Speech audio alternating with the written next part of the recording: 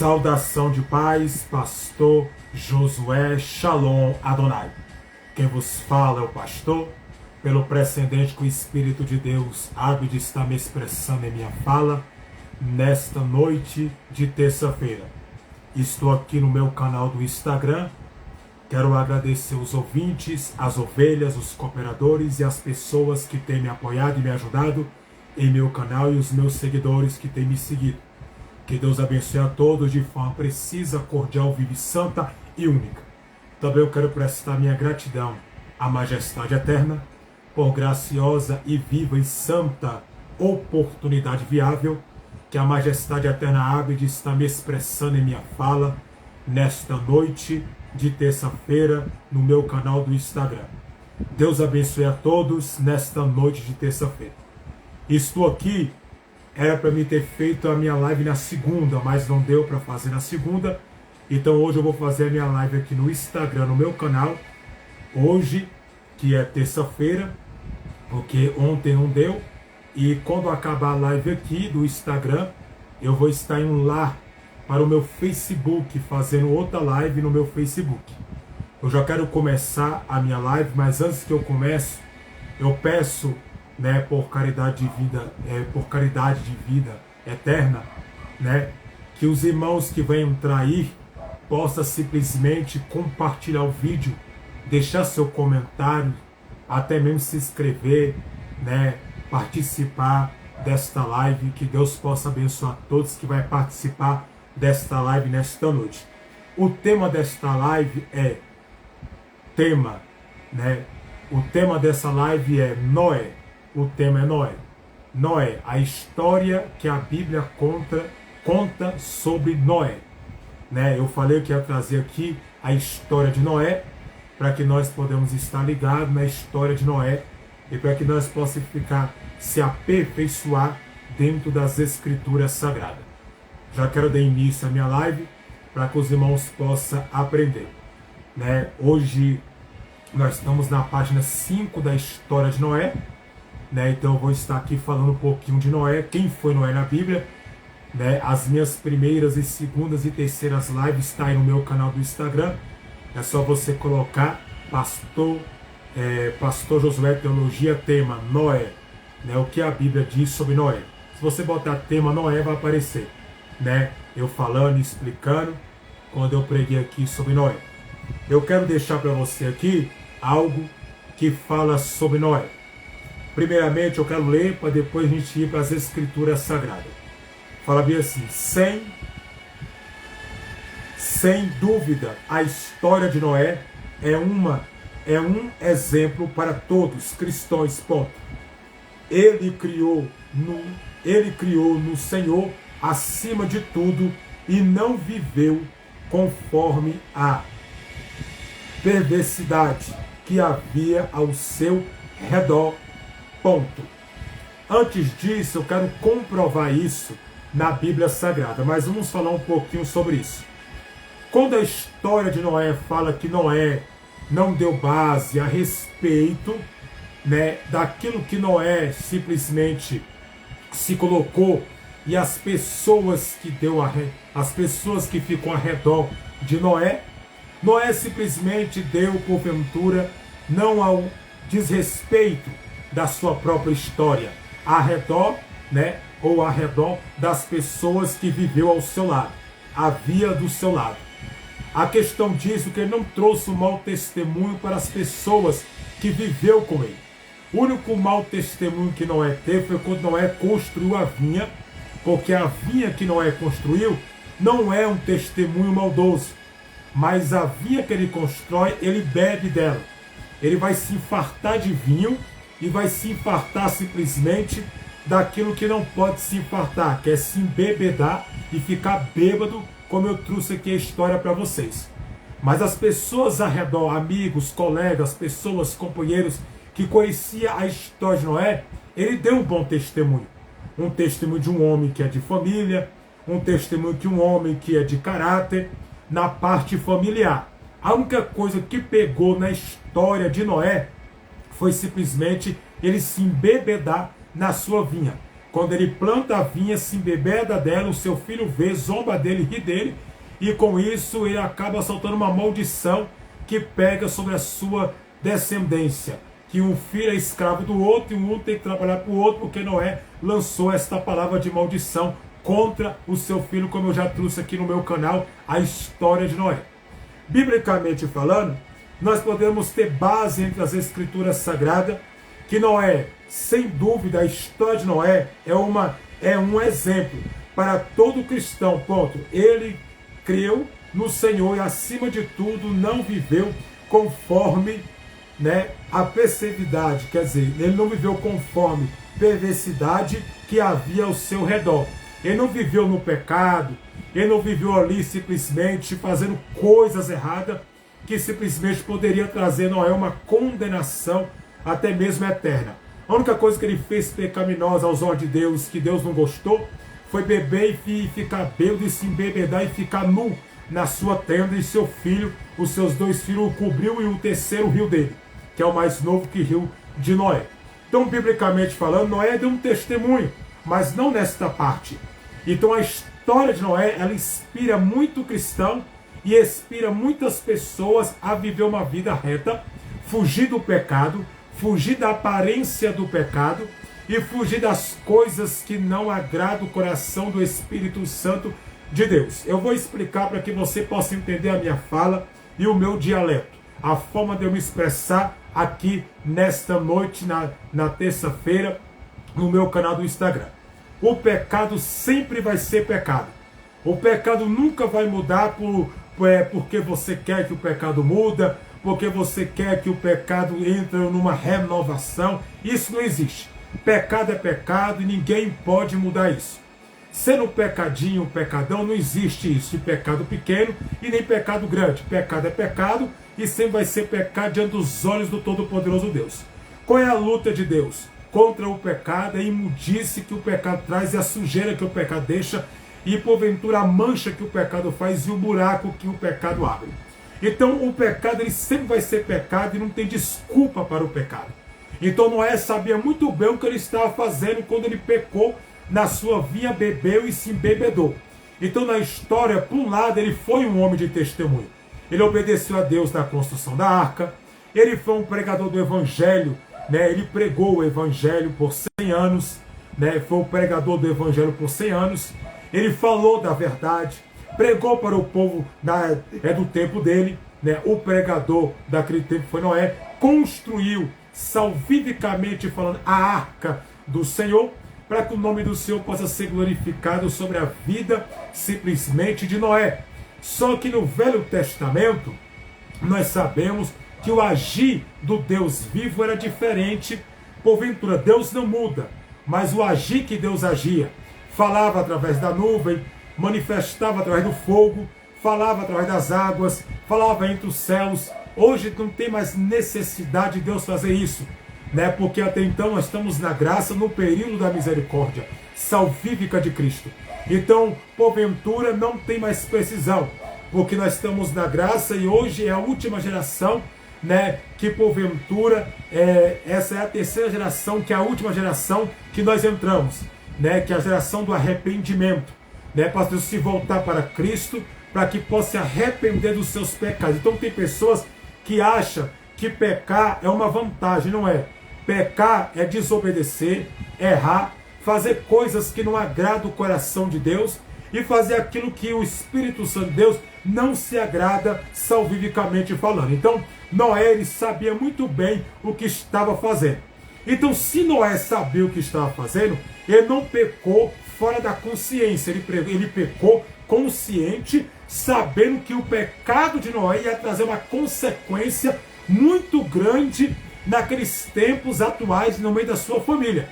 Então todo o pecado, ele tem consequências, e as consequências são trágicas do pecado. Então por isso que Jesus, ele disse, quando ele estava aqui, ele mesmo falou, Jesus, vigiai e orai, para que você não venha cair em tentação. E muitos vocabulários de muitos pregadores e muitas pessoas mandam orar. Tudo bem, você deve orar, mas a Bíblia manda você vigiar primeiro. A vigilância fecha a brecha, e a vigilância não dá motivo de você cair, e nem porventura abrir a brecha para o diabo entrar. Simplesmente é isso que acontece. Então a vigilância é isso. A oração é sustento espiritual. O crente que ora, ele fica forte espiritualmente, é um sustento, é como a comida. Você não come todo dia arroz, feijão para tu se alimentar sem oração. O crente tem que orar, ele tem que ler a Bíblia, ele tem que meditar na palavra, porque não é ler, porque ler você lê um jornal, ler você lê uma revista de poesia, ler você lê qualquer livro de português, de história, qualquer livro você pode ler. Né? Ler por ler não quer dizer nada. A Bíblia não foi feita para ler, foi feita para ser meditada. Você vai ler, mas você vai meditar nas Escrituras e as palavras das Escrituras Sagradas vai dar vazão na sua vida de forma viva e de forma notória sobre a vossa vida em Cristo. Então, voltando aqui, ele foi um homem de testemunho, mas porém, em certo vocabulário, em certas atenções, em certas intenções que ele mostrou, né, trouxe um testemunho mau e trouxe consequência pelo fato do seu deleite, os erros e pecados, que ele abriu a brecha para que o pecado possa entrar.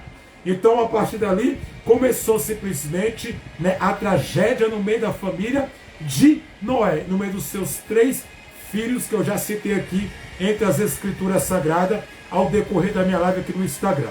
Agora eu quero conferir com você uma palavrinha muito conhecida a respeito sobre o livro de Carta de Paulo aos Hebreus, capítulo 11 e o versículo 7. Carta de Paulo aos Hebreus, capítulo 11 e o versículo 7. Vamos aqui para que nós podemos entender na terra dos eventos. Eu quero ler o versículo 6 para você ver, né? Para você, né? Eu quero ler o versículo 6 para depois a gente descer no 7 e nós ter um entendimento melhor. Ora, vírgula, sem fé é impossível agradar, porque é necessário que aquele que se aproxima de Deus creia que ele existe, que ele é galardoador dos que o buscam, ponto. No versículo 7, agora descendo abaixo. Pela fé, vírgula, pela fé, né? Pela fé, versículo 7, pela fé, vírgula, Noé, vírgula, né? Pela fé, vírgula, Noé, vírgula, divinamente avisando das coisas que ainda não se viu, mas também vírgula, para a salvação da sua família, vírgula, vírgula. O meu, vírgula, é para a salvação da sua família. Isso mesmo, para a salvação da sua família, o versículo 7. Pela fé, vírgula, Noé, vírgula,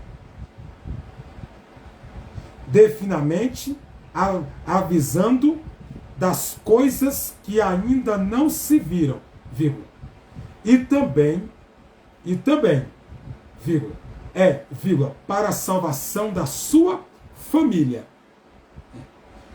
Preparou a arca, pelo qual condenou no mundo e foi feito herói da justiça, que é segundo a fé, ponto.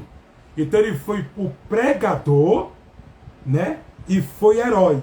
Ele foi o herói da fé, né, e pregou por 100 anos. Ele prega por 100 anos, né? Por 100 anos ele prega a vontade de Deus e o querer do Senhor, falando sobre o dilúvio, e falando daquilo que Deus queria que ele falasse a respeito. Então você pode ver que o livro de Noé, que é o livro de porventura que nós acabamos de ler, que não é o livro de Noé, é a carta de Paulo, a carta de Paulo, que Paulo escreveu sobre Noé. No versículo 6 da fala que é impossível a pessoa, ora, sem fé é impossível agradar a Deus. Ora, é impossível agradar a Deus sem fé. Então Noé, ele tinha fé. Ele tinha fé para agradar a Deus. Naquele momento tão crítico da sua vida, quando Deus mandou. Porque ele foi o pregador da justiça. Ele pregou por 100 anos, pregou, então ele tinha fé, porque todo aquele que se aproxima de Deus crê no que ele existe, e ele é um Deus que é galardoador, ele vai dar galardão, galardão, galardão, galardão para você, e vai te abençoar com galardão, né? Vai te honrar com galardão, todo aquele que tem fé, né? Dos qual o busca, quem o busca com sinceridade, ele dará galardão assim que ele vem, ele vai honrar. Então Noé, ele viveu naquele período, e ele viveu pela fé Noé. Então Noé viveu na fé, quer dizer, ele agradou a Deus pela fé, né? Pela fé. E divinamente avisado das coisas que ainda não se viram, vírgula. Tem o meu, para a salvação da sua família. Quer dizer, são as coisas que ele não viu ainda. As coisas que não aconteceu com ele ainda. Ele já viu e já estava contando daquilo que ele não estava vendo. Quer dizer, a fé é isso. A fé é você acreditar naquilo que você não vê. Ter a certeza absoluta que a vitória é sua. E ser abençoado sem a vitória estar na sua mão. Então Noé, ele creu antes de Deus abençoar. Ele acreditou antes da vitória chegar. Ele teve fé antes de Deus o abençoar. Isso que é fé. A fé, ela traz a esperança. Aí eu vou ler para você Hebreus capítulo 11 e o versículo 1. Ora, a fé é o firme fundamento das coisas que não se vê e nem espera. É a prova das coisas que não vê. Quer dizer, eu não vivo por vista. Eu não creio se eu ver. Eu não sou Tomé. Eu creio sem ver mesmo. Eu não estou vendo o milagre, mas eu estou crendo que o milagre chegou. Eu não estou, porventura, vendo Deus agir com os olhos carnais, com os olhos materiais, mas eu estou crendo que Deus está agindo. Então, isso é fé. É você crer naquilo que você não consegue enxergar. Aquilo que você não consegue ver. Então, Noé, ele teve fé. Ele teve fé. A fé de Noé agradou a Deus. Porque Noé acreditou. Ele depositou a sua fé e botou a sua fé em ação. Eu costumo dizer que existe duas fés. A fé natural e a fé sobrenatural. A fé natural é a fé das coisas comuns. As coisas do dia a dia. Que as coisas que as pessoas enxergam e vê e só vê se e só crê se vê. E existe a fé aplicada sobrenatural, que é uma fé que ninguém abala. É a fé que pode vir o que quiser, não é abalado. É a fé sobrenatural, é a fé do Senhor, é a fé do Deus vivo. É uma fé que você tem, que nada te abala, nada te arranca da presença. Então Noé teve essa fé. Então Noé, ele viveu naquele período inefável do seu ministério e da sua vida com Deus, o Criador, porque nós estamos tratando no livro de Gênesis, né, a respeito que é a história de Noé, mas eu estou lendo carta de Paulo aos Hebreus, capítulo 1, versículo 6 ao versículo 7, para que você venha ter o intuito do entendimento, para que você possa, porventura, né, ser, porventura, abençoado através desta palavra. Então vamos descendo aqui para que nós podemos entender. Então, não seja guiado por vista, seja guiado por fé.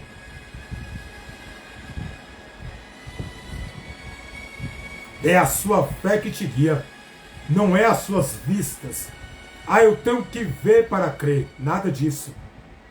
Nada disso. Crer sem ver mesmo. Entendeu? Isso que é fé. Você diz que tem fé, então usa ela. Usa a sua fé. Amém? Coloque a sua fé em ação. Aplique a sua fé no dia a dia da sua vida. Nas causas impossíveis. Nas condutas e nas coisas que você quer que Deus age por você. Então eu quero deixar para você esta palavra.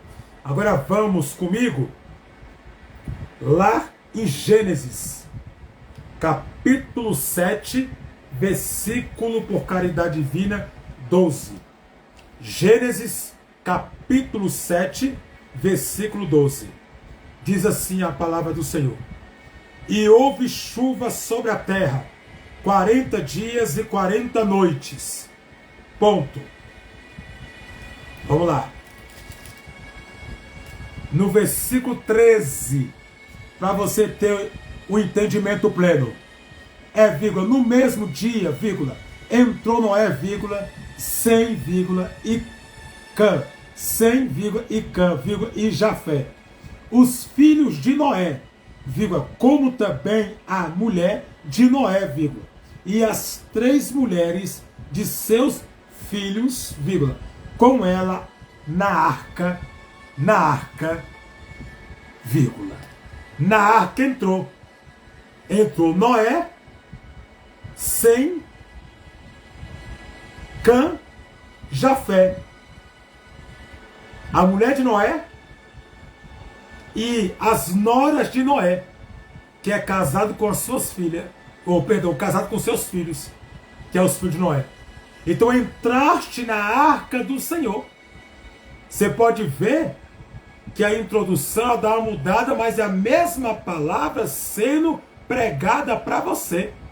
O dilúvio dura 40 dias e 40 noites, só que na expressão do dilúvio, na duração, ele dura 52 dias completamente. O dilúvio dura sobre a terra. A esse período, as águas, ela vai ser durada sobre a terra, que é as águas do dilúvio, biblicamente falando, né? Então houve chuvas, houve chuva sobre a terra 40 dias. Quer dizer, ficou chovendo por 40 dias e 40 noites. Choveu, né? Então, choveu 40 dias e 40 noites. Mas o dilúvio durou aí 152 dias, 150 dias. Durou o dilúvio ao total, né? Então, para que nós podemos ter intento, para que nós podemos ter a compreensão, né? Para que nós podemos ter o intento e para que nós podemos ter a compreensão notoriamente da palavra do Senhor. Então o dilúvio dura 40 dias e 40 noites, chovendo sobre a terra.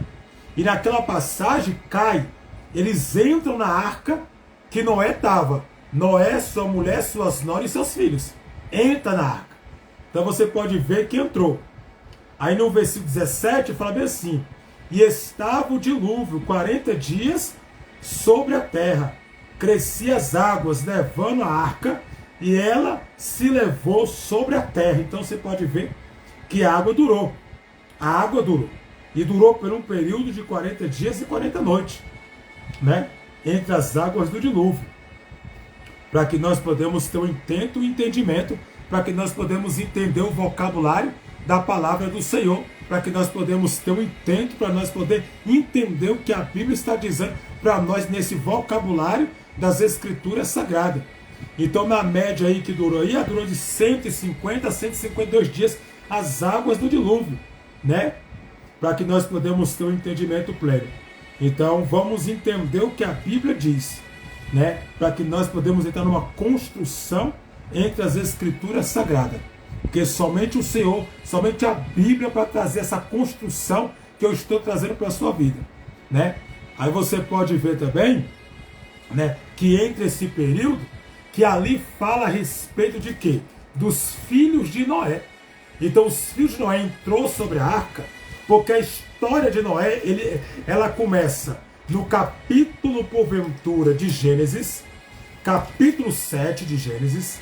Na verdade, começa no capítulo 6. Gênesis capítulo 6, o versículo 13. A história de Noé começa a partir de Gênesis capítulo 6 e o versículo 13. Lá começa a história de Noé, quando Deus decide destruir a terra com o dilúvio. Então lá decide, né, o título fala: Deus anuncia o dilúvio a Noé, né? Aí já é porventura no título, em Gênesis capítulo 6 e o versículo 13. Aí se você for lá para o capítulo, para o capítulo 7 e o versículo 1 até o versículo 12, lá já fala diferente. Noé e a sua família entra na arca.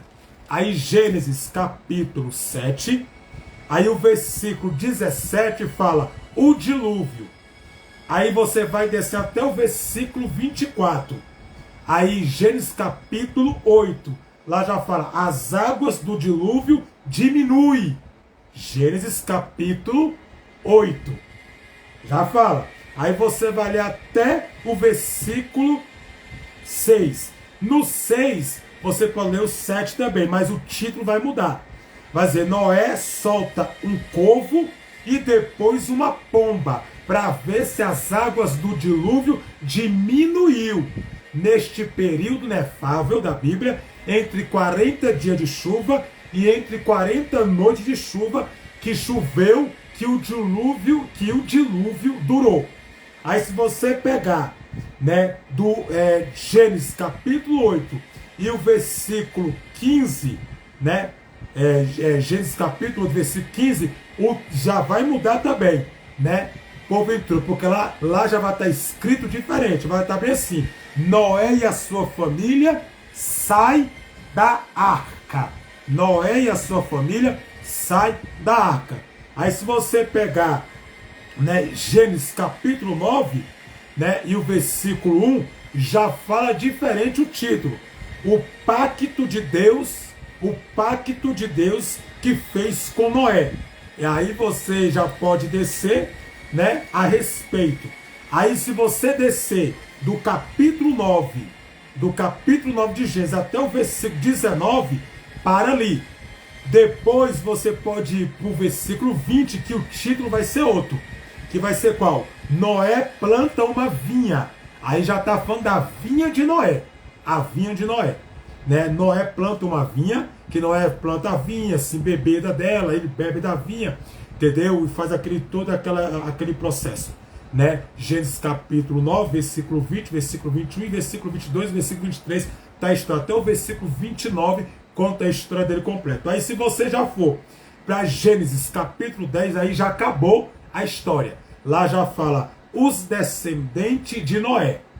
Aí já é outra história, né? Dos descendentes de Noé. Então nós temos que entender, né? Porque os filhos de Noé estavam com ele na arca. As noras de Noé, que é as noras de Noé, estavam com Noé na arca. E a mulher de Noé estava com Noé também na arca.